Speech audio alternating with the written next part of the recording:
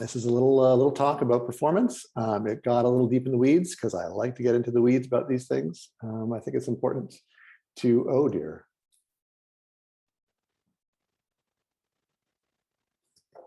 That's weird. My video didn't want to share. Did we not run my video during testing?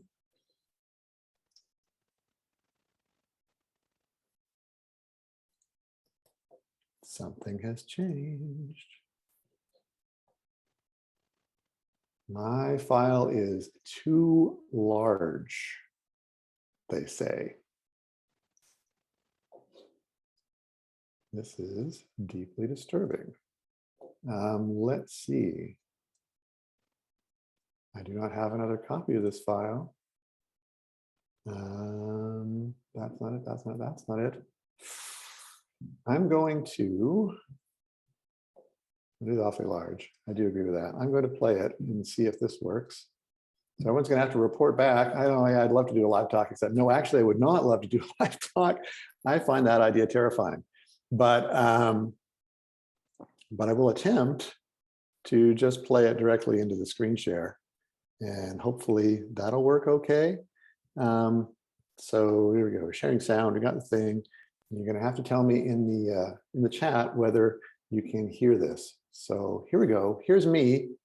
So this is the story of how PostGIS got faster. Performance is one of my favorite things to work on. Users, they always appreciate a performance increase. And I also feel like I'm doing the world a solid by making this widely used software a little more efficient. Faster code means fewer electrons are used to get the same result. And there's something in the work itself, like there's a problem-solving aspect to it that's deeply gratifying. And I know that talking about performance work tends to get down in the weeds, but giving talks is about sharing the things we love. And this kind of work is a thing I love. I love doing it. I love hearing about it. I love seeing the results. So this is meant to be a deep dive into performance changes in PostGIS, but also a more general review of ways that computing can be speeded up. And I started preparation for this talk by sending an email to the 2 developers who have done the most to speed up PostGIS over the last 2 cycles, Dan Baston and Raul Maran. And I asked them to join me in the performance talk, and they said, oh, no, you know, respectfully, no, but here's a list of all the changes that we made over that time. So I had a very granular list of specific changes, which would make for maybe 100 different talks if I talked about them one at a time. But if you look at these changes and you squint at them carefully, you can see that most of the performance work in GEOS, and frankly performance work in systems generally, breaks down into a few general categories. You can cache things and be aware of cache points in your system.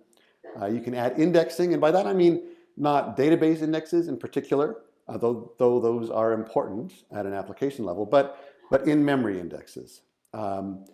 Avoid making copies. It's quite easy to use a lot of memory and CPU time just moving things around to different places in RAM. One of the superpowers of a language like C or C++ is the ability to avoid that at the expense of having to manually manage memory. And finally, just occasionally use your painfully acquired domain expertise to start over again with an informed, better approach or new algorithm. And it's worth noting that in some ways, adding an index or a cache is a better algorithm. And adding a cache is trading making and keeping copies for repeating calculations. These categories both overlap and trade off. Now, in order to test the changes that have been added in the last 2 years, I set up a small testing environment that encapsulated 2 years of improvements in all the software at issue. So the old environment, that was the state of the art 2 years ago. It was Postgres 12, PostGIS 3.0, and GEOS 3.8. And the new environment, which is state of the art now, is Postgres 14, PostGIS 3.2, and GEOS 3.10. Now note that I'm quoting versions for a bunch of different components here, and often from the outside looking in, it can be very difficult to know where any given performance improvement comes from. So like, sure, spatial join is faster now, but why? And for this particular collection of changes between this particular set of versions, most of the changes we're going to see adhere to the PostGIS layer and the GEOS layer. And there are performance improvements in Postgres 14, in parallelism and raw read throughput, but we're mostly running single query executions here. We're not doing multi-user scaling. So at this point, I'd like to introduce a couple of my favorite shapes, because a couple of data sets came to really dominate, dominate our testing. We ran them over and over again while profiling, and then we'd occasionally pop back in and remind us of mistakes that we'd made elsewhere. So, so the first shape is Australia, the land down under. Now, this is not any old polygon of Australia. I'm not sure exactly where it comes from, if it's an OpenStreetMap extract or something from the national government, but it is truly a beast. So it is a multi-polygon. And as you can see, it has quite a lot of geometries, 6,697, because it's got lots and lots of islands in it. And if you add it all together, the geometry has a total of over 1.2 million points, which taken together mean almost a 20 megabyte object. So, so Australia, it's really, really big. Now, what does that mean for performance? It means that Australia will stress your system with complexity, all those subgeometries, and also with size, all those points. So here's the first stress test. I generated a synthetic grid of points over Australia, 1,786 points. And I'm going to run a very simple spatial join to calculate for each point whether it's contained in the Australia multi-polygon, and then count up all the contained rows. So this is the query, select count of star from Australia and the Australia points, where ST intersects A.jom, P.jom. So where the point is in the geometry, we'll get a true, so this will be our spatial join. So a quick comment on this query. I got the expensive bit, the intersects, and I've got an inexpensive bit, the count. And that turns what would otherwise be a multi-thousand row record set into one line, so that data transport time doesn't affect the timings. And I'll do similar stuff. You'll see similar stuff in later examples. I'll use ST area to turn result polygons into areas, and then summing those areas. So these low cost accumulators are the same for both versions that we're running against, and they represent a fixed overhead that applies to both timings. So they don't really change the difference in timings, they just move things up or down a little bit at the margins. So the answer for this query is 701, and check out the timings. 229 seconds on the old system, 1.5 seconds on the new system. So this is an extreme performance difference. What we're seeing is a change that was done in PostGIS 3.1 to speed up access to very large objects. And the Australia polygon is an extreme example of a very large object. Remember, it's 22 megabytes in size. So the query plan looks like this. So this is a nested loop join, Australia on one side of the join, so the nested loop is only actually turning over once, and the points on the other. And all that's happening is the ST intersects function is being run once for every point in the points table. Every point in the points table, we run ST intersects once. Check Australia against that point. Check Australia against that point. And what's happening inside ST intersects? Now, don't be intimidated by the C code or the ugly macros, PG function info, all that stuff. Each time through, ST intersects is receiving the argument values. And where are the argument values coming from? And so we're going deeper and deeper and deeper here. So the point argument is coming from the points table, and it's very small. Points, 2 coordinates, 2 8-bit floats or 8-byte floats.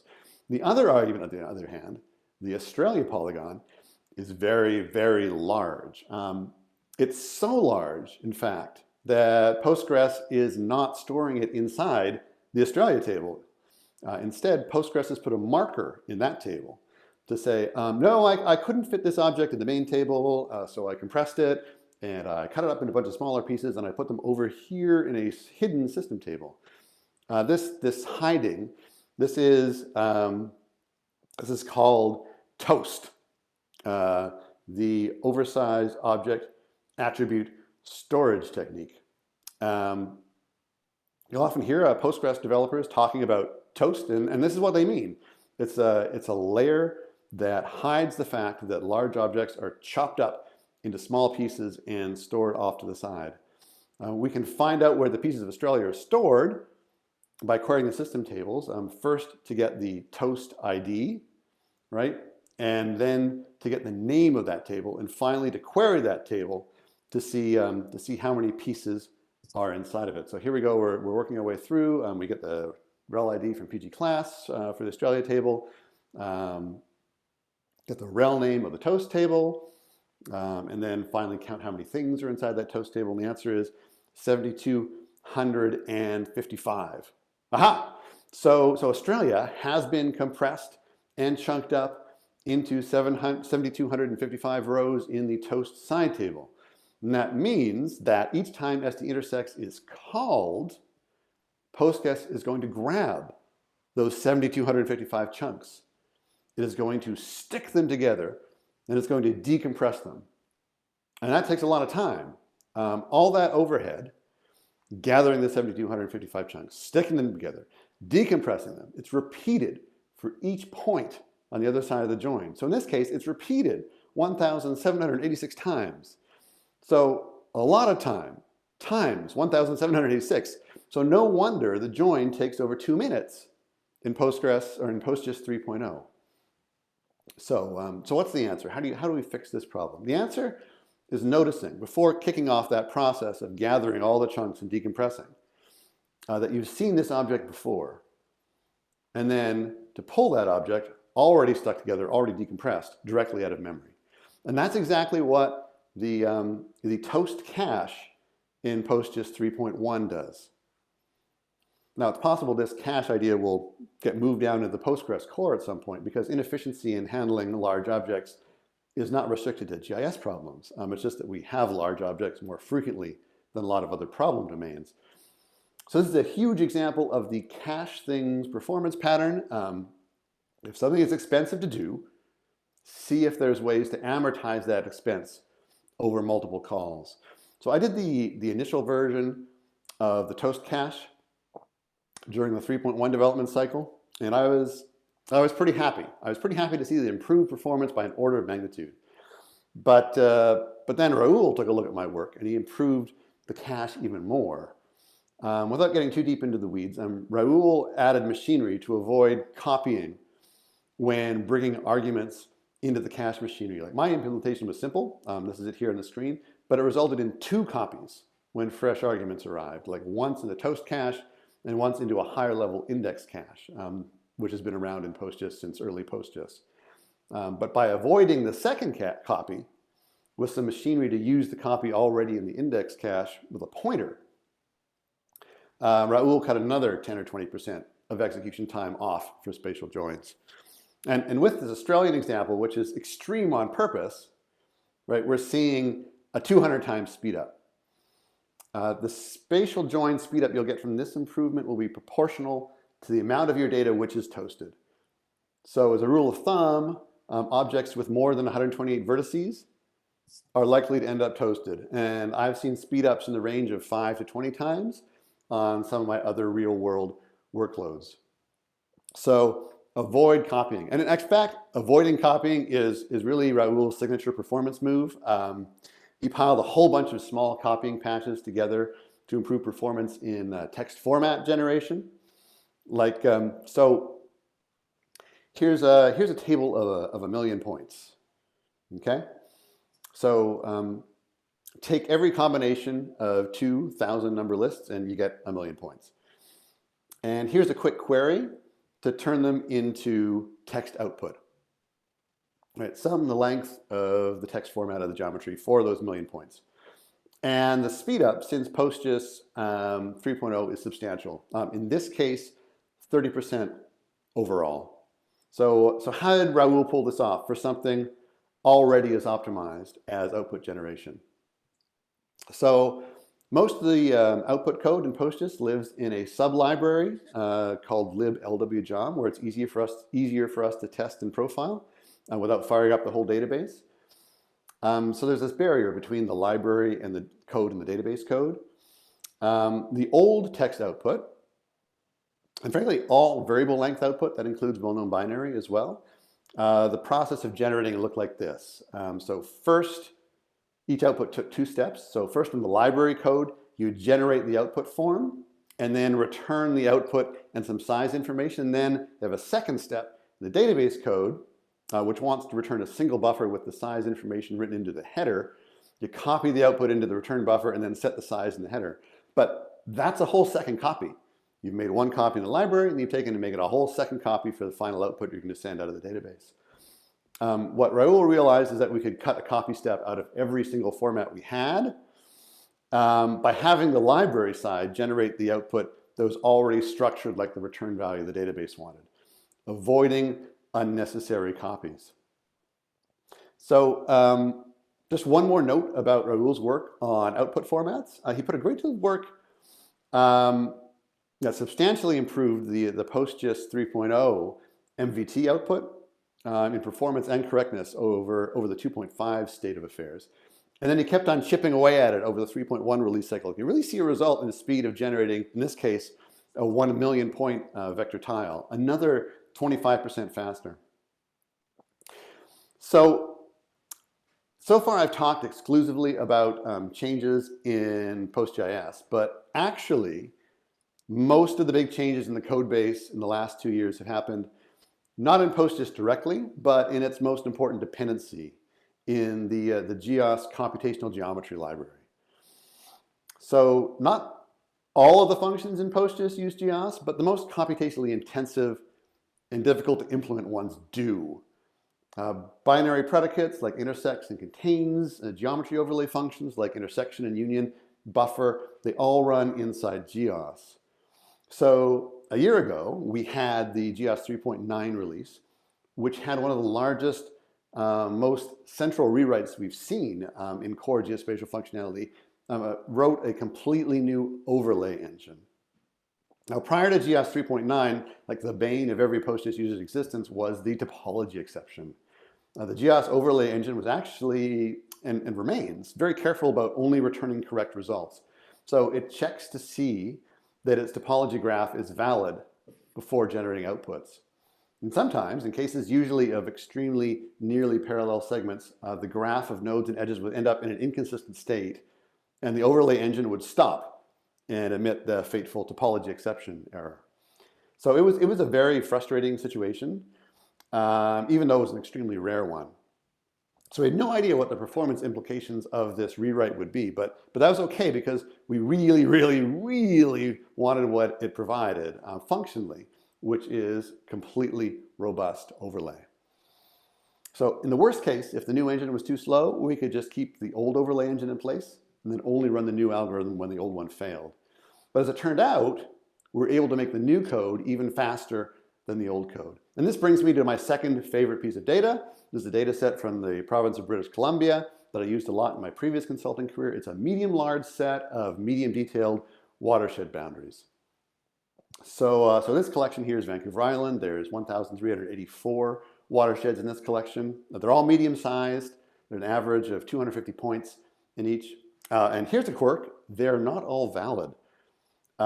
In fact, if you run is valid on all of them, you'll find first that there are 4 invalid watersheds, and second, that the validity testing has sped up between GEOS 3.8 and 3.10. Unfortunately, it's easy to fix them, and we can run make valid on the invalid geometries, and that too has gotten faster since GEOS 3.8. So with a little updating, we are ready to run the really interesting tests on the watersheds. And these are the kinds of tests we ran after first spinning up the new overlay engine, like how fast could we do common overlay operations? So a test of, say, intersection performance. A good test would be something like, let's shift every watershed over by a fixed amount and then intersect it with the unshifted version. So given that the average width of the watersheds is about 6,300 meters, a 1,000 meter shift should give us a nice mix of different cases and kinds of overlaps. And it turns out that when you run this test, the new GEOS is 26% faster than the old one. And there's lots of implementation improvements hiding in this number, but we found immediately before optimization that the new implementation was faster because it also has an algorithmic improvement. The new algorithm recognizes that the result of an intersection can basically ignore all the lines outside the bounds of the envelope intersection. So for small overlaps, the new algorithm is really, really fast because they can ignore big chunks of line work. Now, the union operation is the opposite of that. Unless two geometries are completely disjoint, in which case the union is just a trivial collection, for a normal union, you have to bring all the line work into the operation. And after the initial development work, we found our new algorithm was actually running slower than the old one. So what to do? Go back to our core performance rules. Number one, it's understand your caches. So every once in a while, some super smart systems engineer drops into the conversation about performance and starts muttering about locality. Have you thought about locality? Do you have enough locality? Locality. What's locality? Locality is a property of memory management. Basically, it means trying to ensure that the memory that you are accessing for a particular calculation is all close together or contiguous. Locality is important for performance because of cache, but not software cache, hardware cache. So all modern CPUs, they sit at several cache removes from the actual main memory. And the performance of each level of cache can be an order of magnitude faster than the previous one. So hardware caching moves blocks of memory up the cache chain. And if your data has locality, then when iterating through a list of objects, the next thing you want, and the next, and the next thing, it has a good chance of moving up the cache chain along with the current thing you're looking at. So GEOS, and particularly older parts of the code base, had a lot of poor memory locality. Because as a port of the Java JTS library, there's a tendency to ape the Java pattern of passing around lists of pointers. Now, lists of pointers lack locality. And we're iterating through the list, only the pointer addresses are local. The actual data is somewhere else. We had so much luck with increasing the locality of structures in the new overlay engine that we went kind of on a binge, looking for other places in the code base to apply the same technique. And by the time we were done, new union was even faster than old union. For this example, twice as fast.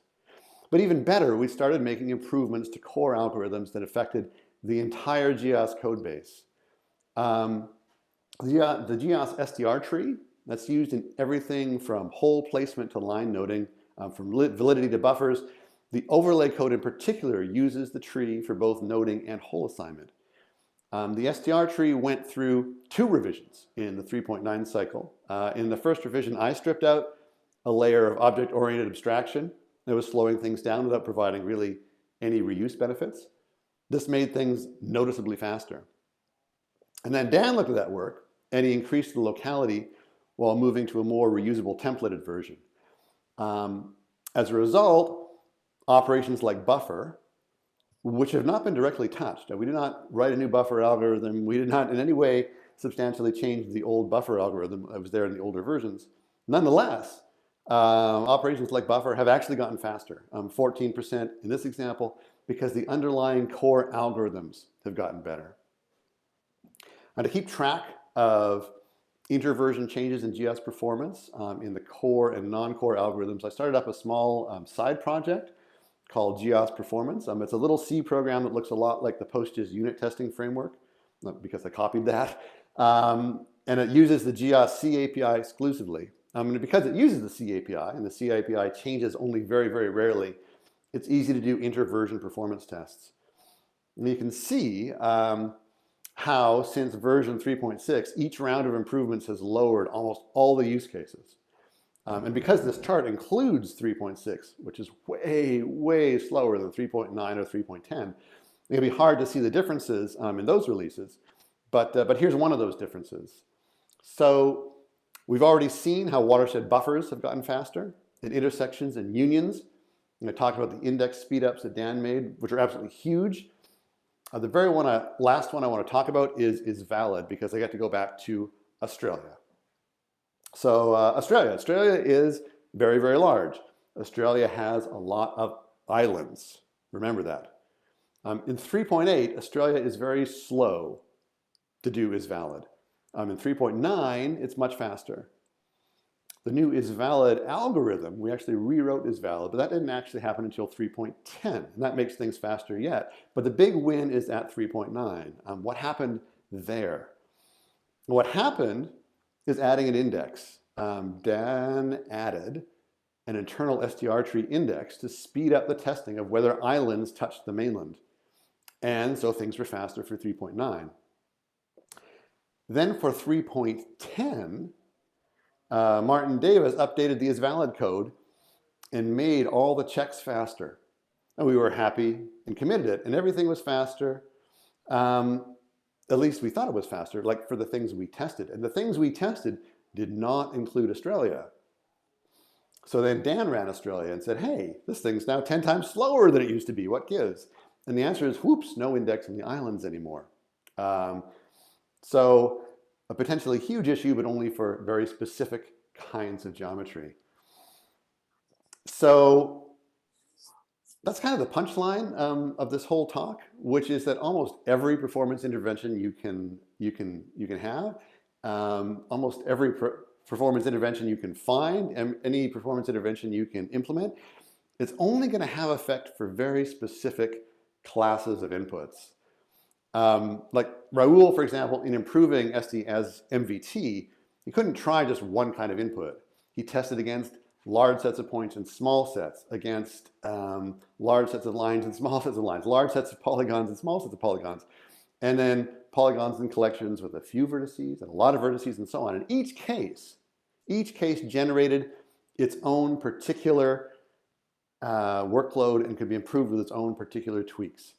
And we've done a lot of tweaks. We've done caching things, and we're aware of our cache points, like we did with the PostGIS toast cache and improving data locality in GEOS. We've added indexing, like for the isValid function. We avoided making copies, like we did for PostGIS index cache, and for output formats, like MVT and text formats. And finally, we've used our painfully acquired domain expertise to start again, like we did with fresh implementations of the overlay algorithm, the validity algorithm, and the make validity algorithm. I mentioned a lot of performance changes. So here is a completely non-exhaustive list of rough changes, bearing in mind that different data will generate different results. I've put the complete list of performance tweaks that Dan and Raul shared with me. I put that complete list online so you can get a feel for the volume of tweaks that turn into these regular release after release improvements in speed. So thanks to Dan and Raul for their work on GEOS and PostGIS, making things faster. And thank you for hanging in there to learn about how it all came together.